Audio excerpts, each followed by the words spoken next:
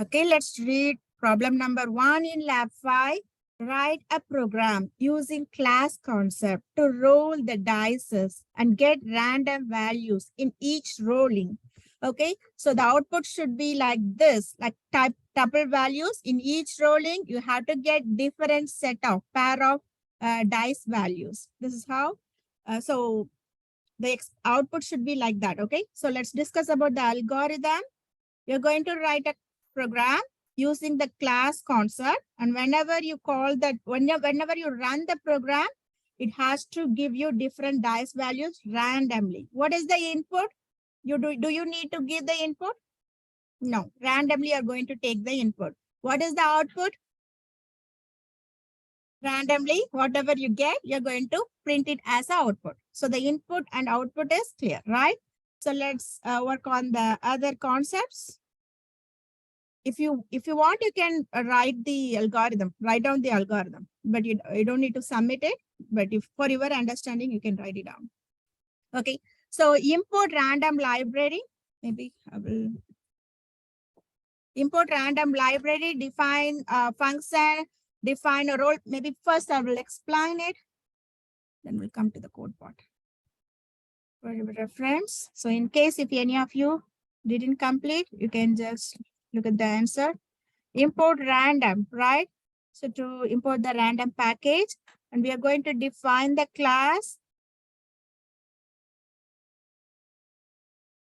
colon. This is the class syntax. And we are going to define the function. We're going to pass that input parameter, which is built in. You know the syntax, how to define the class. And then we're going to create variables. X, random dot, rand int. And what are the inputs? The dice will have, it will start from 1 and the maximum value is 6, right? That will be saved in one variable that we name it as X. And for the second value, we are creating another variable and we named it as Y. And this is that output that we want to print it out. So we are returning it, return XY. Okay, so this is the class definition. And we are going to give life to this by instantiating the object. Okay, I want you to write something like this, not simply the code. I want you to either write algorithm or else at least write the meaning of each step. Okay, either algorithm or the comments. Roll1 dot roll. It's the function. Then run it. Every time you run, you will get different answers. Right? Class, create a class named circle. With this class, you can calculate perimeter and area. I have given the formula to calculate the perimeter and area. Of course, you know, but yeah, the formula is given. Using this class, create instance with a radius 1 and 5, both. Okay, 1 and 5. This is the input that you're going to try. Call the two methods. Calculate the perimeter area for each instance.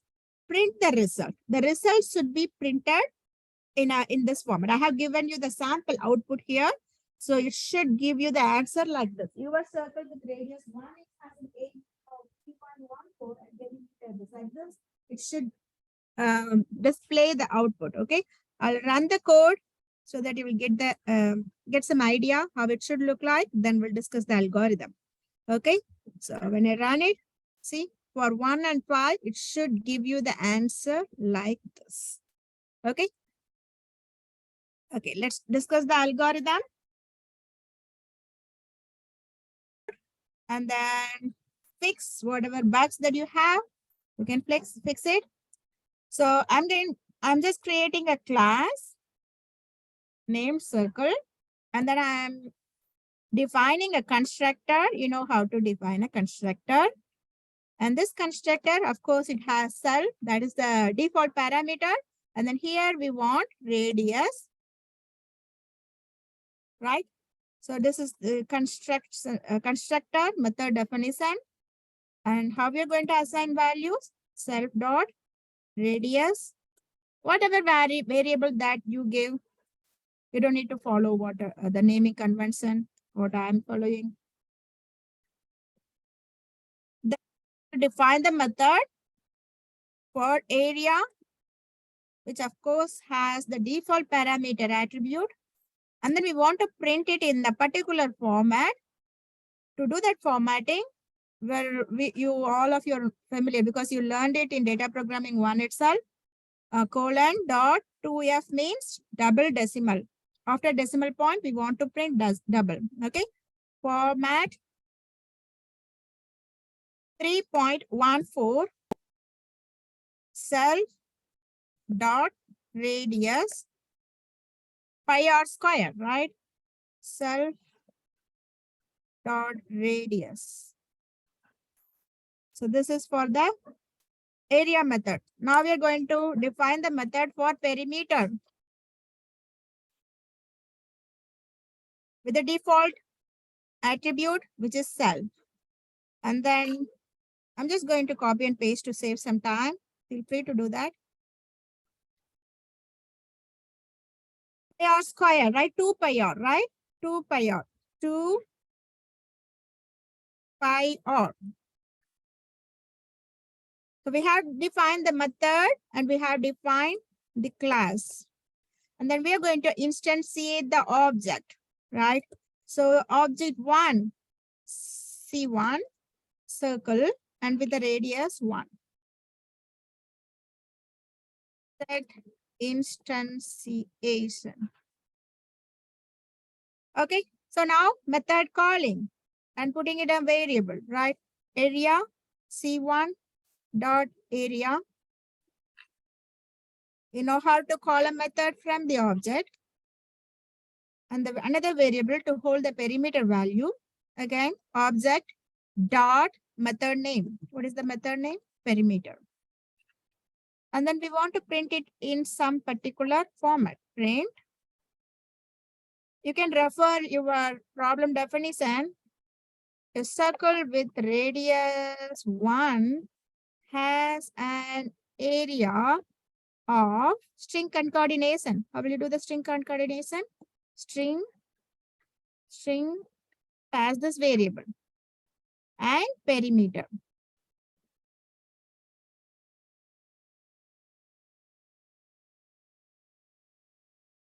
String as the value, perimeter. Okay, so that's it. You're going to do the same thing for the second. I don't want you to waste time. If you have written this, you can copy and paste and do it for the second value, which is 5. And now for this, the object is C2, or else it will call the same object, C2 and then C2. And then here you're printing out all the values.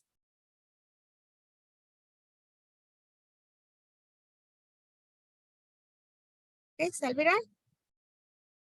Oh, radius 1. I have to change the values. Radius 5. The value is different, but okay. An area of this and this. Whatever you have to do to fix that formatting, do it. Okay.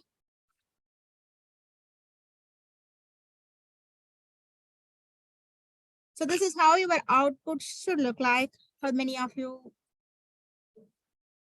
create a class named bank balance with attribute balance. When you deposit, the balance will increase. When you withdraw, the balance will decrease. After you finish the class, create one account with balance $1,000 and another account with balance $2,000. Apply the deposit 100 and withdraw 500 on both instances, on both objects, okay? And calculate the final balance.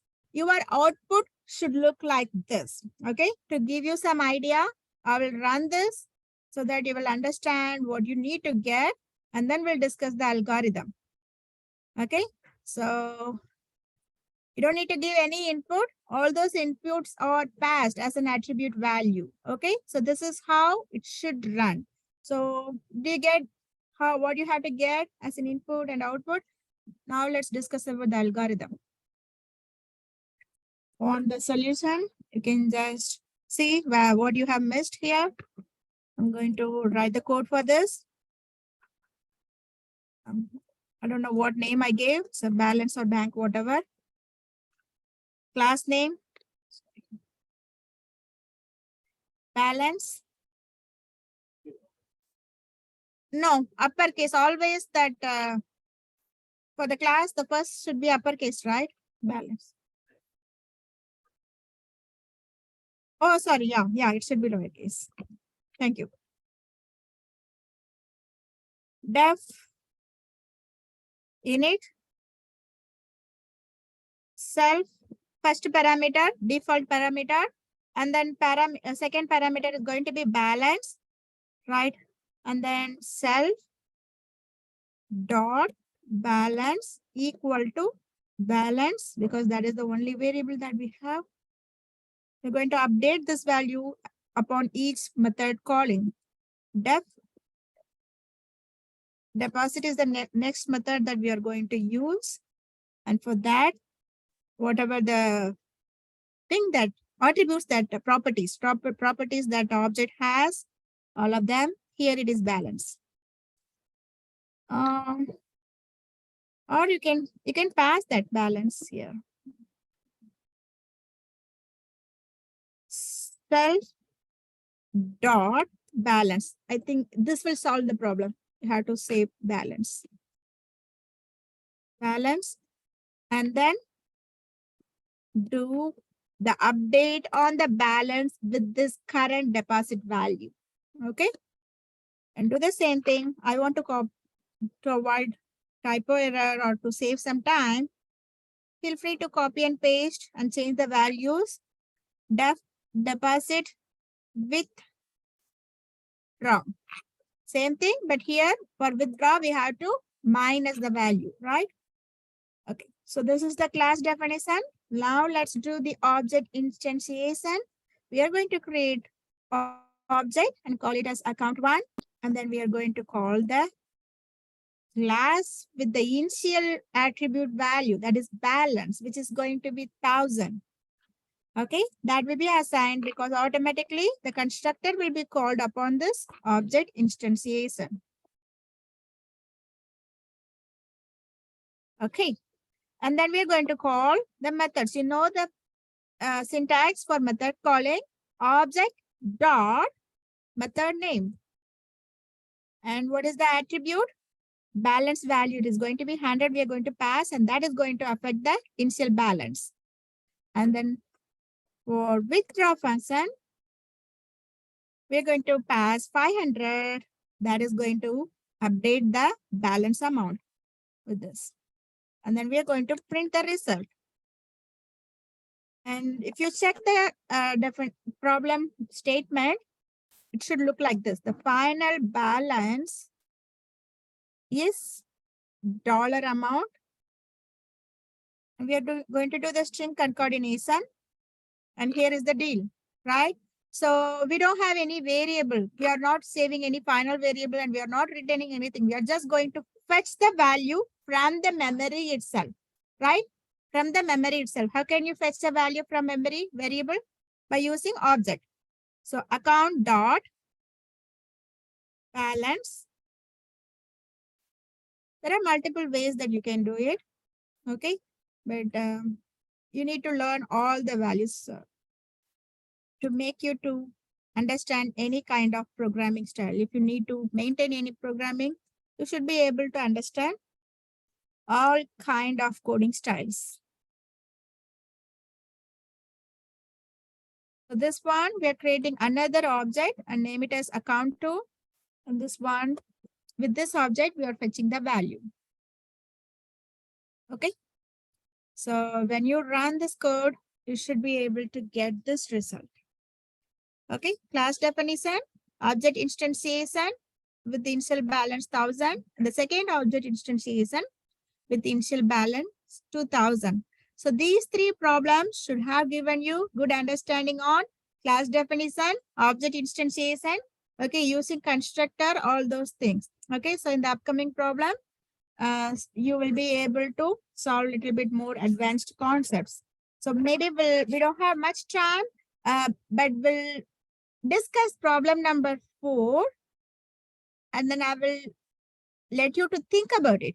Okay, then we'll continue it in our next lab, on our next class. So I'll read the next problem. Think about it. We'll write the algorithm. Maybe we'll start working on algorithm, then complete it in the next class. Given the class triangle, complete the program to read and set the base and height of the triangle 1 and triangle 2. Determine which triangle's area is larger and output the larger triangle's information, making use of triangles relevant methods. So I have given you given how the output should look like. Okay, if you pass these 1, 2, 3, 4, these values, the 1 and 2 will be taken as the base and height of first triangle, and 3 and 4 will be taken as the base and height of second triangle. So it should do some comparison, it should do the calculation of area, and then it should do the comparison between the values, and then it should just print out the larger triangle's area along with its base and height. Did you understand? Okay, what we need to get it?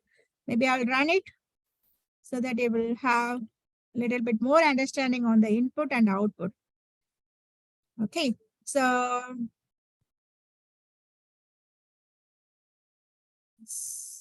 triangle, okay. Triangle 1. So I'm going to give 10 base and 20 as the height for the triangle 1 and 15 as the base of the triangle 2 and then 10 as the height of the triangle. So it says triangle with larger area 100. Maybe here I have to change it. Let me run it again. 10 and 20, 15 and 10. 10 is the height of the triangle number 2. Okay, so when I run it, let me interrupt it. Run it again. 10, 20, 30, 40. So it is pretty obvious the second triangle value has the highest base and height, and you can see how it gives the area, that is the largest triangle area with the base, height, and area information. So this is how your output should look like. So you have to write the code accordingly. Let's discuss the algorithm, okay, and then continue coding later.